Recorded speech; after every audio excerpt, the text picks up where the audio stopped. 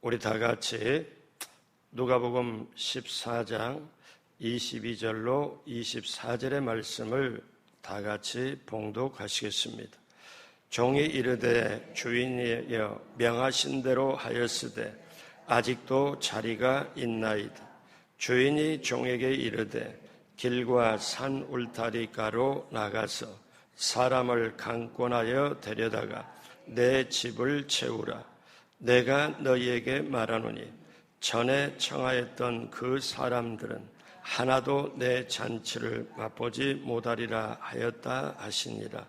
아멘. 새벽에 오신 여러분 한 분 한 분 예수님의 이름으로 환영하고 축복합니다. 우리 하나님께서 여러분을 향하여 예비하신 귀한 축복을 받으시고 누리시고 나누게 되시길 주님의 이름으로 축복합니다. 이 한 주간이 대한민국 대표 휴가철인데 우리 성도님들도 때때로 기도원도 가고 또 지방에도 가고 지금도 저는 안전하게 잘 다녀오라고 그렇게 말합니다. 여러분 이렇게 휴가철에도 새벽에 나오신 여러분이 참 귀합니다. 소중합니다. 여러분 하나님께서 주시는 귀한 축복을 풍성하게 받으시길 주님의 이름으로 축복합니다. 같이 한번 따라서 해요. 교회의 축복을 누리고 전하자. 이 주제를 가지고 교회 시리즈 말씀을 전하고 있습니다. 교회가 무엇이냐? 계속 매일매일 말씀을 나누고 있는데 오늘 5번째 오늘 말씀의 제목은 사람을 모셔다가 채우는 잔치집. 사람을 모셔다가 채우는 잔치집. 하나님께서 교회를 통해서 영혼을 구원하십니다. 이런 얘기가 있어요. 중세시대 어거스틴, 또 루터, 칼빈, 그리고 모두로 이어지는 이 개신교의 전통적인 신앙은 교회를 떠나서는 구원이 없다. 그것이 개신교의 특징입니다. 그러면 어떤 교회가 사람을 구원시키고 부흥을 시키고 어떤 교회가 어떤 모습으로 해야 될까요? 오늘 말씀은 잔치집 같은 교회라는 것입니다. 오늘 말씀은 예수님께서 사람을 구원하기 위하여 교회가 전도해야 할 것을 비유로 말씀하시면서 예수님이 잔치집 비유로 말씀하세요. 이것은 교회가 무엇보다도 잔치집이 돼야 된다는 거죠. 여러분 잔치집은 특징이 3가지가 있습니다. 여러분 결혼식이나 아니면 어떤 다른 잔치집에 갈 때 잔치집은 사람이 많이 모여요. 잔치집이니까. 그리고 즐거워요. 사람들의 표정이 밝아요. 그리고 맛있는 음식이 있어요. 이 3가지가 잔치집의 특징인데 사실 교회가 이 3가지가 다 있는 거죠. 사람이 많이 모이고 즐겁고, 어떻게 즐거워요? 찬송하면서 즐겁고, 그리고 맛있는 음식이, 그거가 뭡니까? 실제로 교회 식당에서 하는 음식도 말할 수 있지만은 실제로는 영적인 말씀, 그것을 말씀합니다. 그래서 혹 이렇게 기도도 하지요. 이제 예배가 끝나고 이제 카페나 식당에 모여 식사를 할 때 하나님 영적 음식을 주셨고 이제 육적 음식을 주셔서 감사합니다 하고 식기도를 하기도 하지요. 자, 교회는 이와 같이 잔치집이 되어야 구원할 수 있다는 겁니다. 이것은 아주 중요한 문제죠. 예수님께서 안식일에 바리새인의 두령집에 떡을 먹으러 들어갔습니다. 거기서 고창병, 심장, 옛날에는 고창병이었지만 심장, 신장 이상으로 몸이 부은 사람을 치료를 해줬습니다. 그런데 안식일에 병을 고쳐주었을 때 율법사와 바리새인들이 안식일날 병을 고치는 게 합당하냐? 논쟁이 벌어졌습니다. 그때 예수님께서 이 바리새인들의 거만함을 빗대어 잔치집에 청함을 받거든 상자에 앉지 말라 하시며 잔치를 베풀려거든 부자들보다 가난한 사람과 불쌍한 사람들을 청해라. 그래야 하나님 앞에 상이 있다. 자, 그렇게 그들 앞에서 얘기를 하는데 그들 중에 가만히 듣던 한 사람이 누가복음 14장 15절에 뭐라고 얘기하는가 하면은 함께 먹는 사람 중에 하나가 이 말을 듣고 이르되 무릇 하나님의 나라에서 떡을 먹는 자는 복되도다 하니 안식일에 병 고친 논쟁부터 시작해서 지금 이제 떡을 먹는 것까지 나왔습니다. 그때 예수님께서 이 사람들에게 잔치집 비유를 하세요. 뭐라고 하시느냐? 누가복음 14장 16절에 이르시되 어떤 사람이 큰 잔치를 베풀고 많은 사람을 청하였더니 잔치집 비유를 통해서 말씀하시는데 이거는 사실 하나님의 나라, 즉 교회가 준비되고 교회가 어떤 것이라는 걸 보여주고 있습니다. 자, 누가복음 14장 17절에 오소서 모든 것이 준비되었나이다 하며 자, 이것이 사실 교회입니다. 교회는 잔치의 모든 것을 준비하고 손님을 기다리는 잔치집과 같은 곳입니다. 먹을 게 있고 마실 게 있고 즐길 게 있는 모든 것이 준비된 게 사실 교회입니다.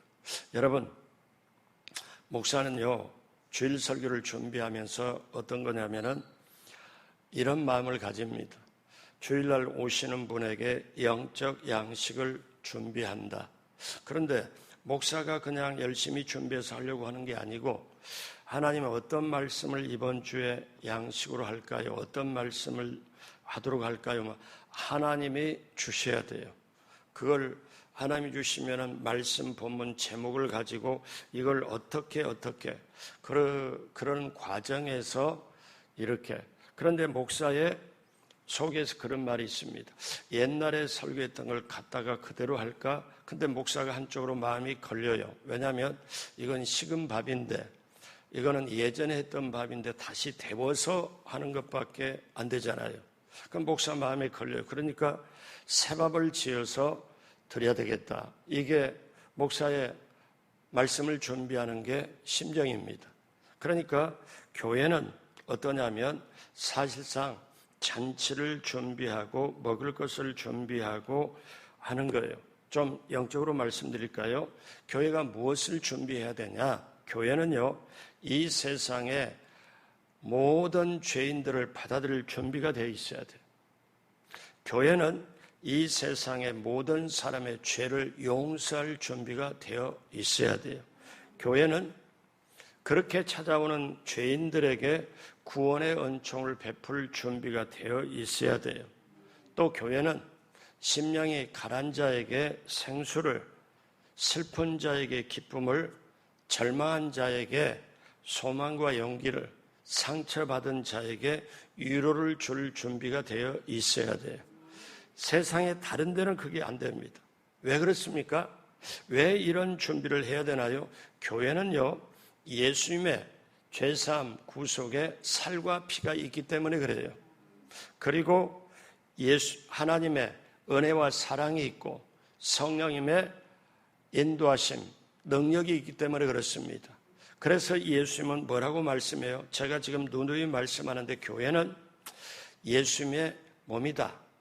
예수님 자체다. 근데 예수님이 뭐라고 말씀하냐면 너희가 세상에서 먹을 양식, 음료가 있는데 내 살은 참된 양식이요. 내 피는 참된 음료로다. 이게 맛볼 수 있는 게 교회라는 거예요. 그러니까 조금 우리 쉽게 말하면 여러분이 이 새벽에 담임 목사 얼굴 보러 온 게 아니에요. 여러분이 이 새벽에 여러분 가슴 속에 모시고 있는 주님을 사모하고 자, 어떤 겁니까? 그 사모하는 주님 붙잡고 오늘 하루길도 인도해 달라고 여러분이 기도하기 위하여 예배드리기 위하여 이 새벽에 나온 줄로 믿습니다. 그러니까 교회는 주님 때문에 주님으로 인하여 세워지는 그 놀라운 축복의 집이지 다른 것이 아닙니다. 세상에서 여러분 한번 생각해 봐요.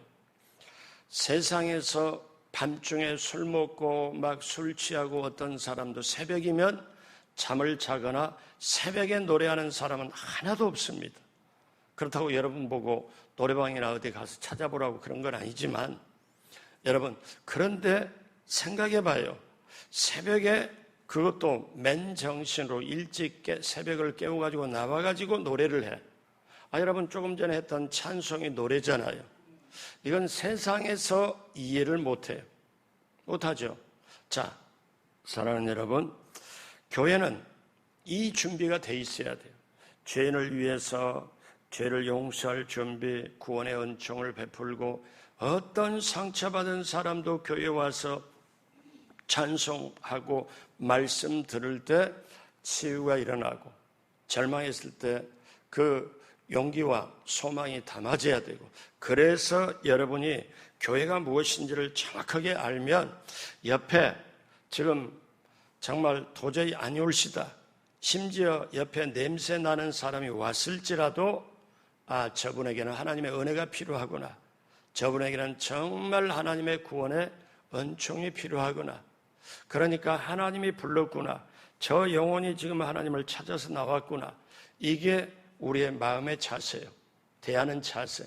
근데 어떻게 교회에 술 먹고 저렇게 왔냐? 어떻게 씻지도 않고 왔냐? 이런 거는 내가 교회를 몰라서 그래요. 사실 그런 마음이 들어가면 영적으로 나는 육적인 것보다 영적으로 더 지저분할 수도 있다는 거예요. 여러분 이게 교회입니다. 그러니까 또다시 얘기를 하면 여러분 교회는 어떤 면에서 세탁기하고 같아요. 그러니까 세상에서 시기, 질투, 욕심, 탐심, 그 다음에 서로 경쟁 이런 여러 가지 그리고 죄성과 죄지는 여러 가지 있는데 세상에서 세탁이 안 돼요. 거룩하게 안 돼요. 그러니까 교회를 딱 들어오면 교회가 하나의 세탁기로 생각하면 거기에 우리가 세탁기에 뭐를 넣어요?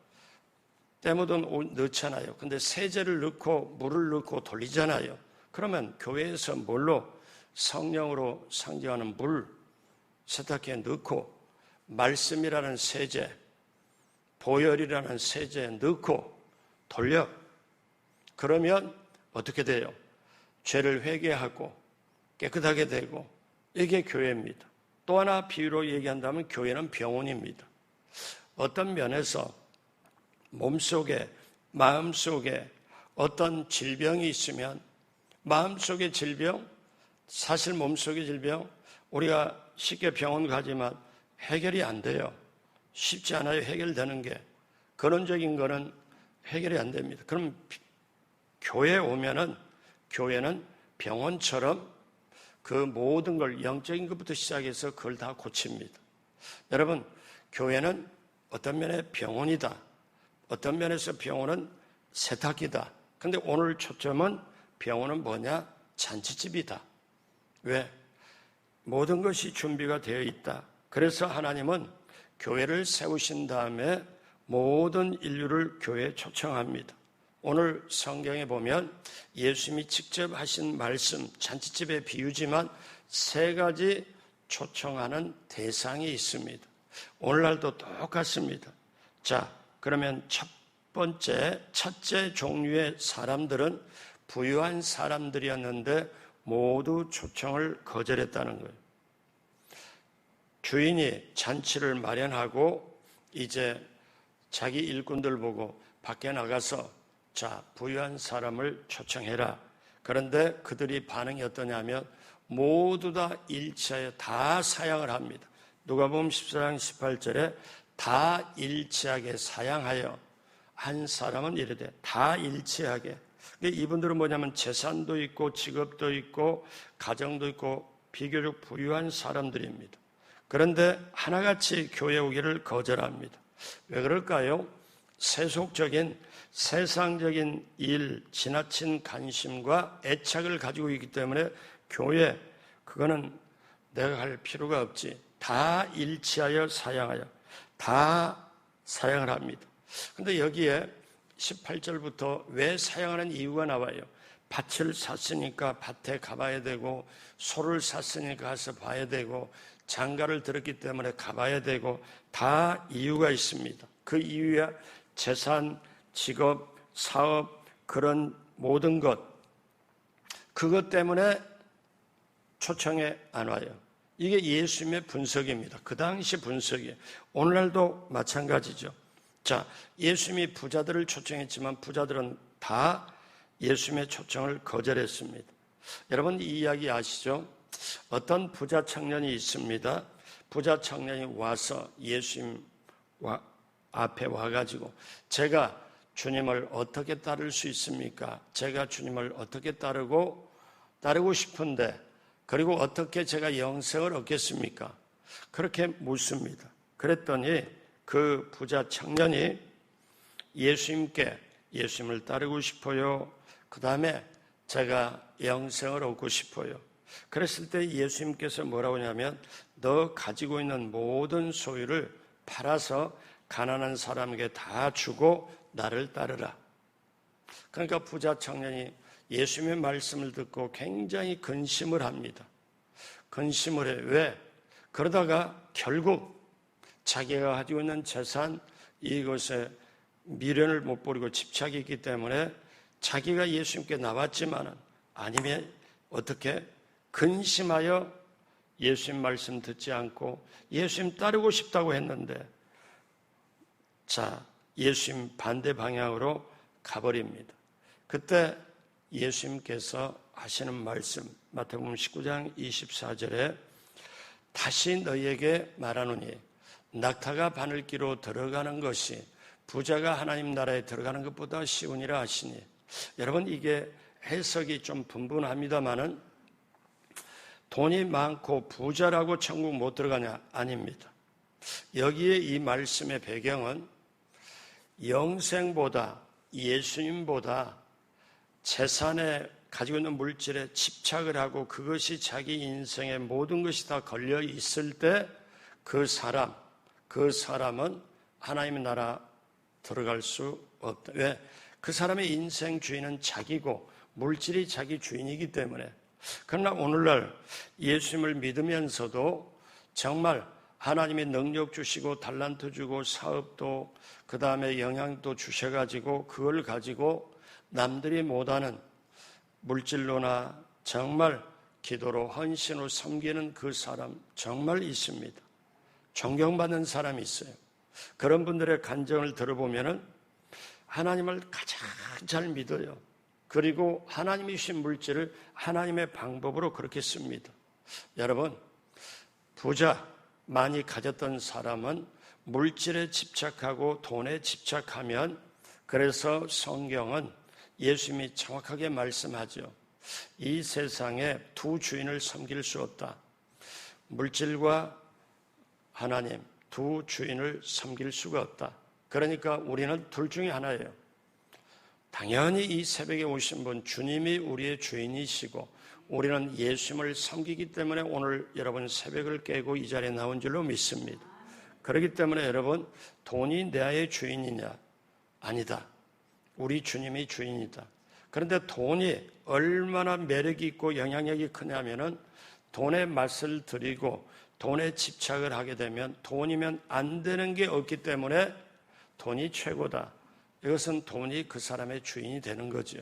여러분, 오늘 첫 번째, 부자들을 초청했지만 부자들은 하나도 예수님의 초청에 응하지 않았습니다. 둘째 종류의 사람들은 불행한 사람이었는데 대부분 초청을 받아들였습니다. 자, 부자들이 가서 주인이 부자들을 초청해라. 그런데 종이 들어와서 하나도 오질 않았습니다. 그러니까 주인이 열받습니다. 노합니다. 14장 21절에 종이 돌아와 주인에게 그대로 고하니 이에 집주인이 노하여 그 종에게 이르되 빨리 시내 거리와 골목으로 나가서 가난한 자들과 몸 불편한 자들과 맹인들과 저는 자들을 데려오라 하니라. 여러분, 여기에 네 가지 패턴이 나와요. 네 가지 종류의 사람들, 네 가지 형편의. 이분들은 어떠냐면 인생 살다가 힘들고 어렵고 그 다음에 처량하고 남들에게 무시받는 사람들입니다. 보십시오. 가난한 자들, 그 다음에 몸이 불편한 자들, 장애자죠. 그 다음에 맹인들, 그 다음에 다리가 저는 자들. 그러니까 여기는 사람들에게 무시당하고 소외받고 사람들의 도움이 없으면 살아갈 수 없는 대상들. 그러면 이거를 우리가 문자적으로 이렇게 실제로 이렇게도 하지만 영적으로도 봐야 돼요. 영적으로 가난한 자, 영적으로 나는 죄인입니다. 영적으로 나는 도움이 없으면 살아갈 수가 없습니다. 영적으로 자기 마음을 비우고 어때요? 가난한 자가 되어 나는 주님의 도움 없으면 살아갈 수가 없습니다. 이런 고백하는 사람도 포함이죠. 근데 이들에게 잔치집, 자 준비가 됐으니 잔치집에 와라 하고 종을 보내서 자 잔치집에 와라 이렇게 했더니 이들은 네 가지 형편에 있는 이들은 초청에 응합니다. 그리고 옵니다. 여러분, 교회 우리가 2000년 동안 문자적으로 가난한, 물질이 가난한 사람, 신체적으로 병든 사람, 주님의 부르심에 응답하고 교회에 남아서 하나님의 은혜를 받습니다. 전통적으로 교회를 보면 힘들고 어렵고 가난하고 상처받고 병들고 소외된 사람들이 교회에 와요. 살만하고 정말 제대로 하는 사람들은 안 오죠. 여러분, 그래서 지난 2000년 동안 예수님이 오신 이후에 영적으로 가난해지고 영적으로 몸이 불편하고 영적으로 나는 죄인입니다 하는 사람도 오지요. 여러분, 목사가요, 우리 성도님들을 보면, 교회를 보면 교회 어떤 사람이 막 이렇게 말하고 해도 목사의 마음은 어떤 줄 아세요? 그래도 좋다 그거예요. 여러분, 자기가 잘났다, 자기 힘으로 산다, 내 공로가 있다 하는 사람 다 밖에 있어요. 자기 죄 없다고 하는 사람, 그래도 내가 죄인입니다. 그래도 제가 못났습니다. 그래도 예배드리면서 죄인입니다. 이렇게 고백하는 사람이 교회에 오는 사람이에요. 교회에 오는 사람은 그래도 괜찮은 사람이에요. 여기 말씀에 가난한 자, 몸 불편한 자, 맹인, 저는 자들이에요. 왜? 이 형편과 처지가 내 인생, 내 힘으로 살아갈 수가 없기에 상처받고 소외받고 힘들고 그러면 이런 분들이 교회에 모여요. 그런데 오늘날 어떠냐면 조금 더 나가면 어떻게 교회에서 저 사람이 저런 말 하냐, 어떻게 해서 교회에서 저럴 수가 있냐. 그래서 성도끼리 서로 못 보고 서로 이해를 못하고 이렇게 하는 게 있습니다. 물론 그게 틀린 게 아니에요. 맞아요. 근데 교회라는 것이 뭐냐면 병원이다. 그러면 내가 교회 병원에 들어왔으면 나도 환자네. 근데 저기는 심한 환자네. 환자가 환자 보고 옳거니 아니니 뭐 말할 수 없잖아요. 우리가 좀 크게 보고 교회 본질을 한번 보면 주님이 지금 잔치집을 얘기를 하는데 지금 잘났다 하는 사람, 자기 힘으로 살고 물질이 풍부한 사람은 안 와요. 근데 가난하고 병들고 그 다음에 눈으로 볼 수가 없고 사람의 도움 없이는 살아갈 수 없는 사람들이 이제 쉽게 말하면 세상에서 상처받고 실패하고 하는 사람들이 교회에 와요. 그러면 교회만이 품어줄 수 있고 교회만이 그들에게 해줄 수 있는 이것. 자, 그래서 예수님께서 이 말씀을 하셨습니다. 나는 이 땅에 온 것이 의인이나 건강한 자들을 부르러 온 것이 아니라 죄인들과 병든 자들을 부르러 왔다. 여러분, 이게 주님이 하신 말씀이에요. 그래서 여러분, 저와 여러분들이 세상에 살아갈 때 우리는 이걸 문자적으로 보지만 영적으로 보면 우리는 가난한 자고, 영적으로 보면 내가 몸이 불편한, 즉 어떻게 돼요? 영적으로 내가 할 수 있는 게 자격이나 이런 게 없고, 영적으로는 내가 눈이 안 떠져서 잘 모르고, 영적으로는 온전치 않고, 영적으로 나는 봐도 내가 죄인이구나, 부족하구나, 나약하구나, 연약하구나. 그러다 보니 제 힘으로 살아갈 수가 있는 게 아니고 주님 은혜와 긍휼 없으면 저는 살아갈 수가 없습니다. 이게 고백하는 게 이 네 가지 종류의 영적인 사람이에요. 그러므로 사랑하는 여러분, 기억하십시오. 이분들은 주님의 초청을 받고 다 왔습니다. 여러분, 손양훈 목사님이라고 아시잖아요. 사랑의 원자탄이라는 별명이 있습니다. 얼마나 사랑을 깊이 베풀었냐. 어떻게 말이 안 되는 얘기지만 사랑의 원자탄, 그러니까 사랑의 극치를 보여주신 분이다. 그분은 이런 말을 했습니다. 유명한 말이죠.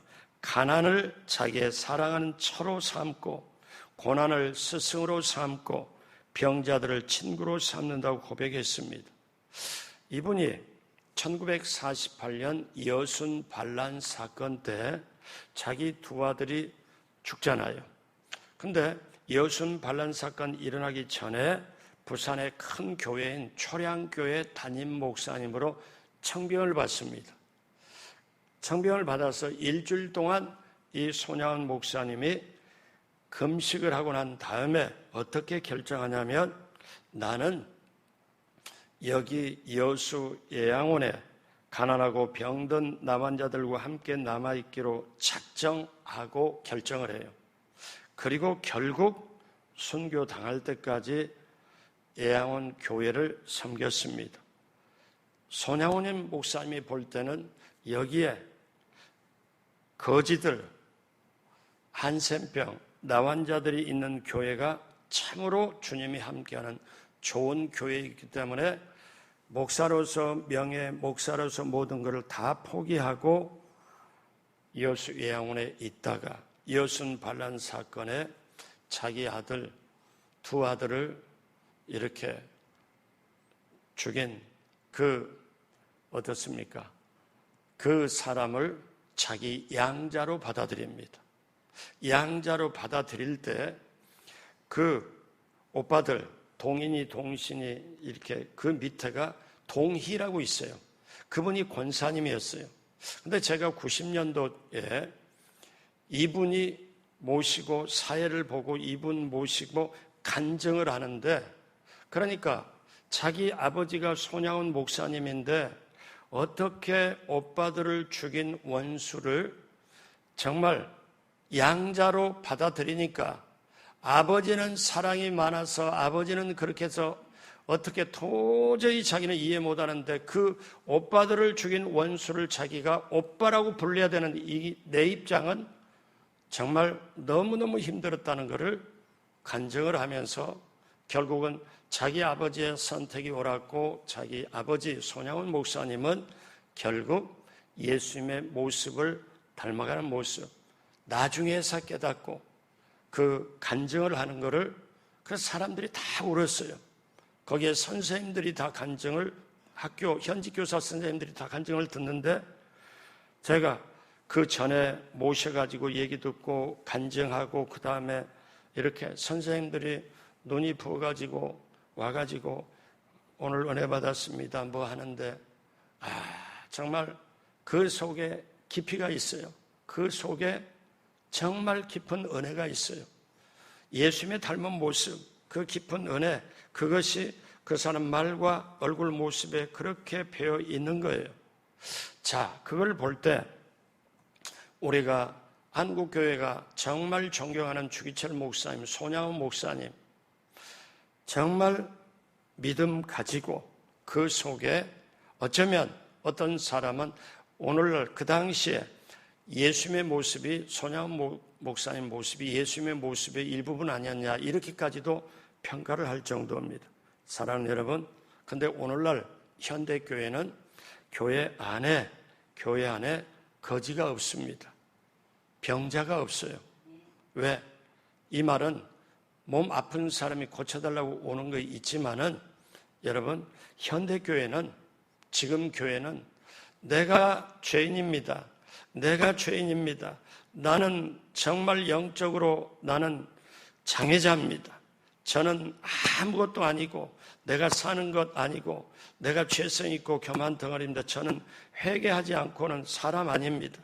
저는 주님 없이는 살아갈 수 없습니다.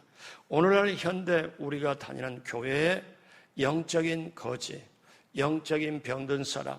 그래서 울부짖으면서 주님 은혜가 없으면, 주님 사랑함이 없으면, 주님이 보살핌이 없으면 나는 살아갈 수가 없습니다. 이거를 고백하는 사람들이 현대교회에 없다는 거예요. 그리고 자기 마음에 안 맞으면, 자기의 뭐 안 맞으면 갈등이 생기고, 왜? 교회가 뭔지를 정말 알면, 교회는 주님과 하나인데 예수님이 뭔가를 알면, 그래서 이런 게 이렇게 영적으로 가난한 자가 드디어 받아서 누릴 수 있는 게, 심령이 가난한 자는 복이 있나니, 애통하는 자는 복이 있나니, 의에 줄이고 핍박받는 자는 복이 있나니, 온유한 자는 복이 있나니, 이게 그때야 비로소 깨닫고 일체가 되는 거예요. 여러분, 오늘날 우리가 알아야 돼요. 그래서 예수님은 답답한 마음에 이런 말씀하셨습니다. 요한복음 9장 41절에 뭐라고 말해요? 예수께서 이르시되 너희가 차라리 맹인이 되었다면 죄가 없으리라. 본다고 하니 너희 죄가 그대로 있느니라. 그러니까 자기네들 바리새인과 서기관들은 눈에 보이는 맹인들은 무시를 하고 사람 취급도 안 하고, 저들은 하나님께 벌받아서 저렇게 맹인됐다 이렇게 치부해버리고 자기 속에 자기가 주인이고 자기가 이렇게 자기가 모든 것이 주가 되는 그런 모습, 여러분, 그게 오늘날 교회 안에 있겠습니까? 없겠습니까? 교회 안에 오늘날 바리새인과 서기관들이 그대로 있습니다. 그런데 초신자에게는 그게 없어요. 어쩌면 어느 정도까지 없어요. 그런데 교회에서 오래 직분이 그게 있어요. 문제는 본인 자신이 그걸 몰라요. 그리고 정말 헌신하는데도 그것이 정말 주님 앞에 제대로 한다는 그거를 착각일 뿐이지 그게 아니에요. 그래서 예수님이 그 당시 안 믿는 사람 놓고 얘기한 게 아니라 하나님을 잘 믿는다고 하는 사람, 유대인들을 놓고 너희가 주여 주여 하면서 귀신도 쫓아내고 사역도 하고 이렇게 쭉 하는데 나는 너희를 도무지 모른다. 불법을 행하는 자는 내게서 떠나가라. 그리고 주여 주여 하는 자마다 다 천국에 들어갈 것이 아니고 하나님 아버지의 뜻대로 하는 자만이 천국에 들어가리라. 주님 그렇게 말씀하거든요. 그러면 오늘날 목사가 이걸 깨닫고, 심지어 이제 어떤 시대냐면 목사가 교인들의 눈치를 보고 저분이 어떠냐, 이제 받아들이지 못하기 때문에 그 말을 못하고 서로 부담되는 말은 피해가요. 그러니까 나중에 어떻게 되냐, 종교인이 돼요. 교회 안에 있는데 리얼하게 말씀드릴까요? 양이 아니고 염소가 돼요. 그게 오늘날 한국교회의 모습이에요. 그래서 한국 기독교가 계속 침체가 돼요. 이거를 누가 살립니까? 어떻게 해야 됩니까? 교회의 본질이 그게 아닌데, 여러분, 하나님은 지금도 어떤 면에서는 교회 안에서 정말 죄인들을 보기를 원해요. 내가 죄를 지었습니다. 제가 죄인입니다. 그러니 하나님, 그러니 주님, 저는 제가 어떻게 제 자신을 할 수가 없는데 제가 참된 양식을 먹어야, 참된 음료를 마셔야 제가 주님의 사람이 되겠습니다. 그러면서 울면서, 그러면서 간절하게 성찬을 떼는 모습, 이게 저나 여러분에게도 필요하지 않습니까? 사랑하는 여러분, 이런 말씀은 한국교회에서 거의 없어집니다. 왜냐하면 이런 말씀하면 서로가 불편하거든요. 오래되신 분이 불편하거든요. 근데 여러분 아셔야 돼요. 저나 여러분이나 어떤 설교 말씀이 딱 있을 때 내가 불편해. 그러면 불편하면 그 속에 그게 있기 때문에 그런 거예요. 그걸 하나님이 다루라고 빼내라고 지금 그런 거예요. 여러분, 우리가 이게 진리적인 측면인데요. 제가 다른 사람을 보고 뭐 사람이 저래, 어떻게 사람이 저렇지 하잖아요. 그러면 내가 그렇게 보고 정말 같이 하기는 부담스러운 그러잖아요. 근데 내 속에 이미 그 교만과 내 속에 더한 것이 들어있기 때문에 내 속에 있는 그 교만이 밖에 그걸 보는 거예요. 내 속에 그게 없으면 그게 안 보여요. 신앙생활 너무 오래됐는데도 뭐라고 그래요? 계속 저 사람이 이래서 판가하고, 교회에서 제일 무서운 게 뭔지 아세요? 예전에 저 사람이 어떤 죄를 졌어. 예전에 저 사람이 실수를 했어. 그런데 10년, 20년이 지나도 그 사람 보고 목사님, 이 사람은 이랬어요. 저 사람은 저랬어요. 제가 듣기는 하지만 하나도 닮지 않습니다. 제가 의미를 두지 않습니다. 여러분, 10년 전에, 5년 전에, 아니 1년 전에, 6개월 전에 어떤 사람이 어떤 죄를 졌어도 한 달 전에, 5일 전에 주님 앞에 용서를 비고 용서받은 사람일 수 있잖아요. 그런데 주님은 그렇게 보는데, 죄인들을 모아서 그렇게 보는데, 사람이 나서서 뭐냐면 옛날 모습 그대로, 죄지은 모습 그대로만 평가하고 저 사람은 안 됩니다, 안 됩니다. 이거를 말하는 사람이 종교인은 될 뿐이지만 평가 판단하지만은 진정 예수 믿는 사람, 진정 교회의 본질을 이해하고 가는 사람이 아니라는 거죠. 이건 무서운 거예요. 그래서 여러분, 예수님이 당시에 세리와 창기들, 바리새인과 서기관들이 완전 죄인 취급하고 무시하는 사람, 그 사람들을 예수님은 다가가서 품고 다가가서 같이 밥 먹고, 그러면서 예수님이 화를 내는 딱하게 뭐냐면 이 바리새인과 서기관들 보고 유해칠한 무덤 같은 독사의 자식들하고 그들에게는 분을 뽑았어요. 예수님이. 왜? 겉은 괜찮은 것처럼 무덤에 뼈가 가득한데 거기에 페인트 칠하고 좋게 보면 뭐하냐 이거죠. 근데 오늘날은 더합니다. 자, 이때 이게 우리의 진짜 고민이에요. 여러분, 그러면 이런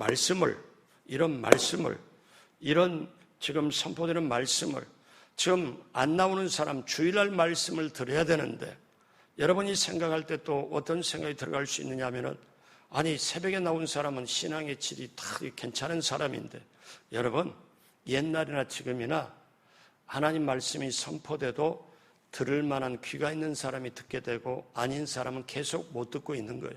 자, 세 번째, 셋째 종류의 사람들은 길과 산울타리에 있는 모든 사람을 말합니다.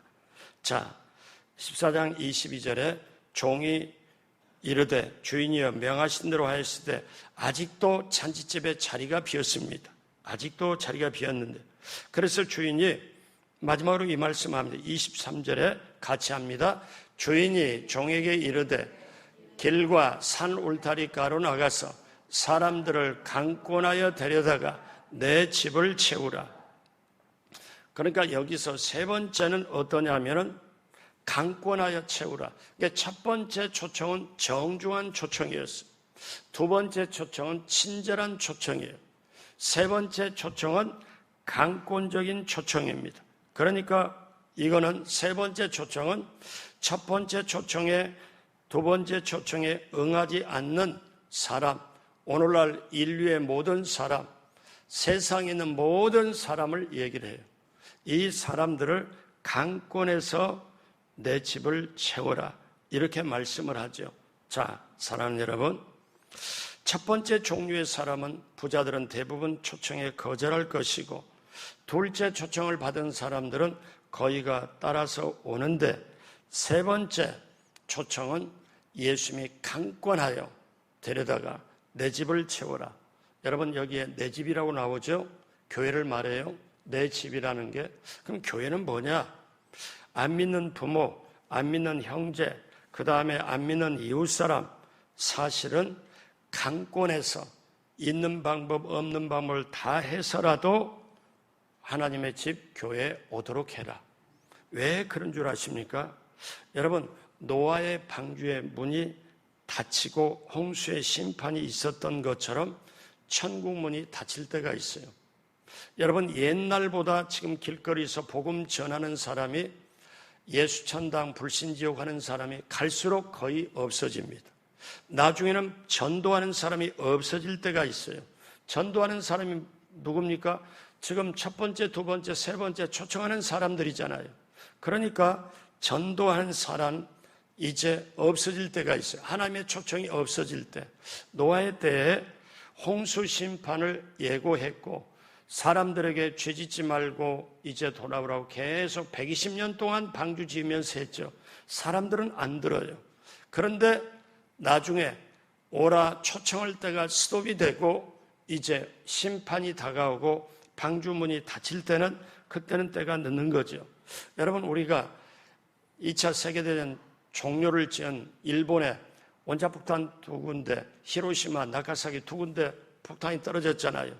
그런데 그때 미국에서 폭탄을 떨어뜨릴 때 그 전에 사실 이 공도 시민 여러분, 1945년 8월 6일 오전까지 50km 바깥으로 피난하십시오. 50km 바깥으로 가십시오. 비행기에서 유인물이 떨어져요. 이게 떨어지고 보니까 8월 6일 날 오전까지 50km 바깥으로 떨어져라. 서울 사는 사람은 어디로? 저 50km 바깥으로 완전히 떨어져라. 서울 끝에서 끝까지가 보통 30에서 40km 길어봐야 그 바깥으로 가라. 이렇게 예고를 몇 번 했어요. 예고를 한 다음에 결국 원자폭탄 투하를 했습니다. 안 간 사람은 그냥 다 죽은 거죠. 열에 녹아서.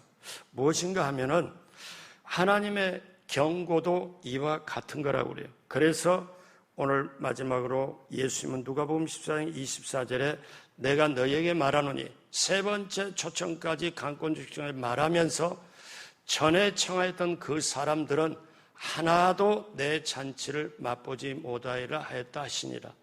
그러니까 이제 이거는 뭐냐면은 방주의 문이 닫힐 때가 있다. 교회가 이제 초청이 끝날 때가 있다. 이 말이에요. 그러니까 부모가 자녀를 억지로라도 학교에 보내듯이 억지로라도 교회 하나님의 집을 데려다가 채워야 된다. 왜냐하면 나중에 알죠. 구원의 그 크나큰 축복을. 사랑하는 여러분, 이것이 교회입니다. 그래서 교회는 사람들을 강권적으로 초청해다가도 해야 되는 거. 어떤 새로운 사람에게 교회 왔더니 교회는 계속 전도만 강조하는데 교회 전도가 되고 교회가 부흥되면 누가 좋은 거예요? 목사님이 좋은 거예요? 성도가 좋은 거예요? 모르니까 그런 질문을 하죠. 그러면 교회를 잘 아는 사람은 자세하게 설명해 줄 수 있잖아요. 여러분, 계속 교회는 만남의 축복이 있고 하나님과 만남 교제가 있고 교회는 구원의 방주고 교회는 반석 위에 세운 하나님의 집이고 교회는 정말 하나님의 사람들이 회복이 되는 곳이고 교회는 세상이 줄 수 없는 걸 주는 것이고 오늘 교회는 잔치집과 같은 것이고 교회는 말씀이 있고 찬송이 있고 그 다음에 성도들의 교제가 있고 그 다음에 위로가 있고 그래서 교회에 와서 힘을 얻어가지고 잔치집에 와서 먹고 마시고 즐겁게 힘을 얻어가지고 세상에 나가서 승리할 수 있는 곳, 그게 바로 교회입니다. 사랑하는 여러분, 이 교회의 본질, 여러분 지금 들어와 있잖아요. 여러분 한 사람 한 사람이 교회예요. 여러분 한 사람 한 사람이 교회의 소중한 걸 가지고 있어요. 그러므로 사랑하는 여러분, 오늘 이후로 남은 생에 내가 교회구나. 성령님을 모시는 몸이 성전이구나. 그러니까 성전이라는 걸 깨달으면 그 다음에 술, 담배가 툭툭 떨어져 나가는 거죠. 그 전까지 사람이 뭐 어쩌고 해봐야 되는 게 아니잖아요. 여러분, 교회는 잔치집이다. 우리가 잔치집에 우리가 섬기는 자고 우리가 잔치를 배설하는 자다. 이런 마음 가지면 교회에 오는 사람이 얼마나 소중하고 귀하고 그분들을 모셔서 주님을 기쁘게 하는 것. 여러분, 이렇게 되고 교회를 누리고 전하는 그 축복을 받고 누리고 전하는 저와 여러분 모두가 되길 주님의 이름으로 축복합니다. 기도하겠습니다. 하나님 아버지, 오늘 휴가철인데도 이 새벽에 온 한 분 한 분을 축복합니다. 우리 귀한 장로님, 또 우리 안수 집사님, 우리 권사님 성도님, 하나님께 사랑하는 분들이 이 새벽에 왔습니다. 한 분 한 분 인생을 책임져 주옵시고 매일마다 저는 말씀이 깨달아서 내 것이 되게 하여 주시고 내가 잔치집의 주인이신 예수님을 모시고 잔치집에 귀하게 섬기는 자가 되어 교회를 찾아오는 모든 사람들에게 우리 주님이 그 속에 들어가고 주님을 깨달아지고 참된 양식, 참된 음료를 먹게 하는 섬기는 자가 되는, 헌신하는 자가 되는 우리 모두가 되게 하여 주옵소서. 감사하며 예수님의 이름으로 축복하고 기도드립니다. 아멘.